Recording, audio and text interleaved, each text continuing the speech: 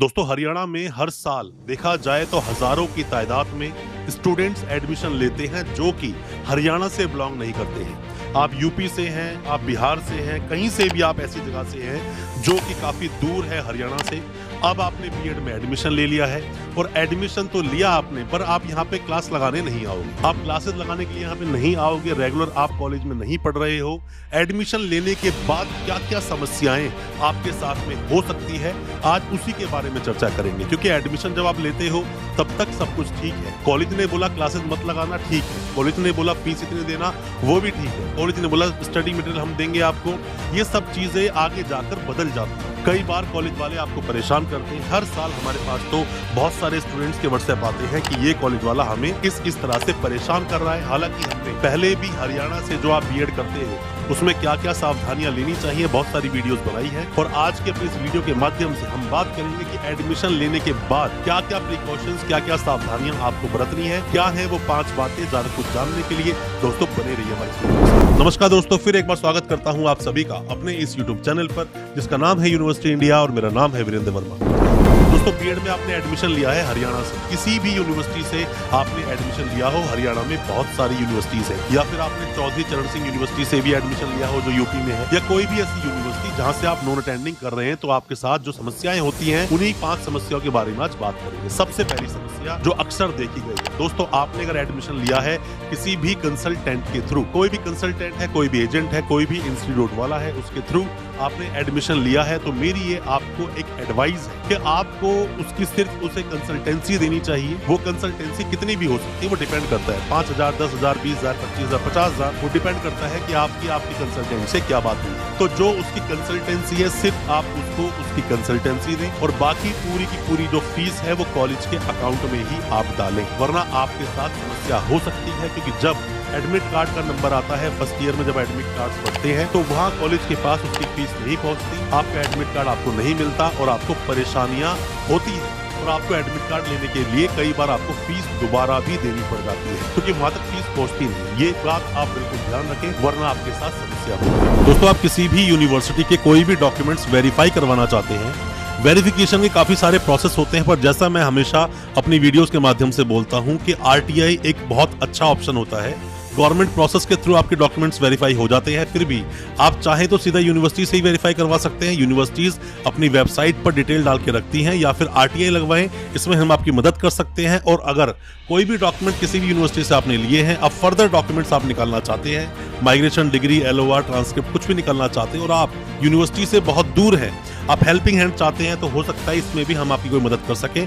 कोई भी डॉक्यूमेंट्स जो आपके यूनिवर्सिटी में भी पेंडिंग है, और दोस्तों कोई भी आप मदद चाहते हैं वेस्ट प्रोसेस में या फिर डिग्री को वेरीफाई करवाने के लिए, आप हमसे भी कॉन्टेक्ट कर सकते हैं। अब बात करते हैं दूसरी समस्या के बारे में जो होती है, ये ज्यादातर रिलेट करती है कंसल्टेंट्स को। कंसल्टेंट्स क्या, जितने भी कंसल्टेंट या फिर कोई भी जो इंस्टीट्यूट वाले हैं, जब वो किसी भी कॉलेज से एडमिशन कराने की बात करते हैं, क्योंकि जो ऑफिशियल फीस है वो कितनी है, 96,000, 97,000, डिपेंड करता है college to college, university to university. जितनी भी फीस में आपकी बात हुई है, अगर आपकी बात हुई है कॉलेज से 80,000 में कि 2 साल की हम 80,000 फीस देंगे, तो आप कॉलेज से कोई भी एक एग्रीमेंट कर लें, कोई भी ऐसा पेपर पे अपनी शर्तें लिख लें, आपस में जो शर्तें तय हुई है, वरना तो यही कॉलेज वाले एंड में फीस को बढ़ा देंगे और पूरी फीस आपसे लेंगे। हमने ये भी देखा है कि इवन स्टूडेंट्स ने एडमिशन लिया 85,000 में शुरू में ले लिया, और बाद में जब 2 साल खत्म होने वाले थे तो कॉलेज वाले ने बोला कि भाई फीस पूरी देनी पड़ेगी आपको, 96,000, 97,000। तो आपका जो भी रेट तय हुआ है, जो भी फीस तय हुई है, उसका या तो आप मेल ले लें या व्हाट्सएप पर उनसे कोई मैसेज ले लें या कोई एग्रीमेंट कर लें या कोई भी लिखत पढ़त कर जरूर लें, वरना आपके साथ में समस्या फ्यूचर में हो सकती है। कॉलेज वाले अक्सर फीस बढ़ा देते हैं और समस्या आपके साथ होती है। अब दोस्तों बात करते हैं हम तीसरी समस्या के बारे में जो अक्सर देखी है। दोस्तों आपने एडमिशन लिया किसी भी कॉलेज में, कॉलेज ने बोला नॉन अटेंडिंग होगा, आप मान लीजिए बिहार से है, उड़ीसा से है, वेस्ट बंगाल से है, तो आप यहाँ बार बार तो आ नहीं सकते। अब कॉलेज वाले बीच में एक कंपल्सरी 15 दिन की या 20 दिन की क्लासेस डाल देते हैं कि 15 दिन की 20 दिन की क्लासेस देनी जरूरी है, आपको आना पड़ेगा। या कई बार वो टीचिंग प्रैक्टिस के नाम पर भी आपको ब्लैकमेल करना शुरू कर देते हैं कि भाई 30 डेज की कंपल्सरी टीचिंग प्रैक्टिस है, अब आपको आना पड़ेगा कॉलेज में। तो अब आप दूर से हैं, आप बार बार आ नहीं सकते, नहीं आ सकते कॉलेज, इसी एवज में आपसे पैसे की डिमांड करता है। पैसे की डिमांड करता है, आपको पैसा देना पड़ता है, तो फीस से भी ज्यादा 20, 25, 30 हजार रुपए आपको देने पड़ जाते हैं, खास करके जो स्टूडेंट्स डायरेक्ट होते हैं कॉलेज के साथ, उनके साथ समस्या होती है, कंसल्टेंट्स के साथ नहीं होती, कि कंसल्टेंट के थ्रू जो एडमिशंस होते हैं, कंसल्टेंट पहले से ही सारी बातों को अच्छी तरह से खोल लेते हैं, उसके बाद ही एडमिशंस देते हैं इन कॉलेजेस को। तो इस बात को भी आप ध्यान रखें। अब बात करते हैं चौथी बात, जो चौथी समस्या आपके साथ होती है। जैसे ही आप एग्जाम देने के लिए जाएंगे, पहली समस्या तो आपके साथ बताई कि एडमिट कार्ड की समस्या, एडमिट कार्ड लेने में प्रॉब्लम्स होती है। उसके बाद क्या होता है, जब आप जाएंगे प्रैक्टिकल देने के लिए, प्रैक्टिकल जब होगा तो प्रैक्टिकल के टाइम पे कॉलेज वाले 4000, 5000, 6000 जैसा जिसको ठीक लगे कॉलेज वाले पैसे की उगाही करते हैं। हर स्टूडेंट से पैसा मांगते हैं, 5000 दो, 10,000 दो, 6000 दो, तभी हम आपके मार्क्स लगाएंगे, क्योंकि प्रैक्टिकल जो है वो कॉलेज के हाथ में ही होती है मार्क्स लगाने के लिए। तो आपने अगर पहले से ही बात तय नहीं की है तो यहाँ पर भी आपको पैसा देना पड़ेगा। और यहाँ भी देखा गया है कि कॉलेज वाले फाइलें देने के नाम पर भी पैसा लेते हैं। फाइल देने के नाम पर 2500, 3000 रुपए आपसे वसूल कर लेते हैं। तो इन बातों को भी बहुत ध्यान से आप समझ लें। अगर इन बातों को भी आप समझ लेंगे तो मेरा मानना है एक्स्ट्रा पैसा नहीं जाएगा और सुकून से आप कंप्लीट कर पाएंगे अपने इस कोर्स को। अब बात करते हैं पांचवी समस्या। पांचवी समस्या दोस्तों ये होता है कि जब आप ये कोर्स अपना कर रहे हैं, नॉन अटेंडिंग कर रहे हैं, तो आपको टीचिंग प्रैक्टिस बुलाएंगे, मैंने आपको बता दिया। फीस आपको देनी है सिर्फ कॉलेज के अकाउंट में, मैंने आपको ये भी आपको बता दिया। प्रैक्टिकल में पैसे की एक्स्ट्रा डिमांड करते हैं, ये भी आपको ध्यान रखना है। फीस जो भी तय होती है उसका एग्रीमेंट जरूर करना। अब बाद में समस्या होती है जब अपना कोर्स कंप्लीट कर लेते हैं। जैसे ही आपने कोर्स कंप्लीट कर लिया, 2 साल कंप्लीट हो गया, कॉलेज से आप नो ड्यूज मांग लें।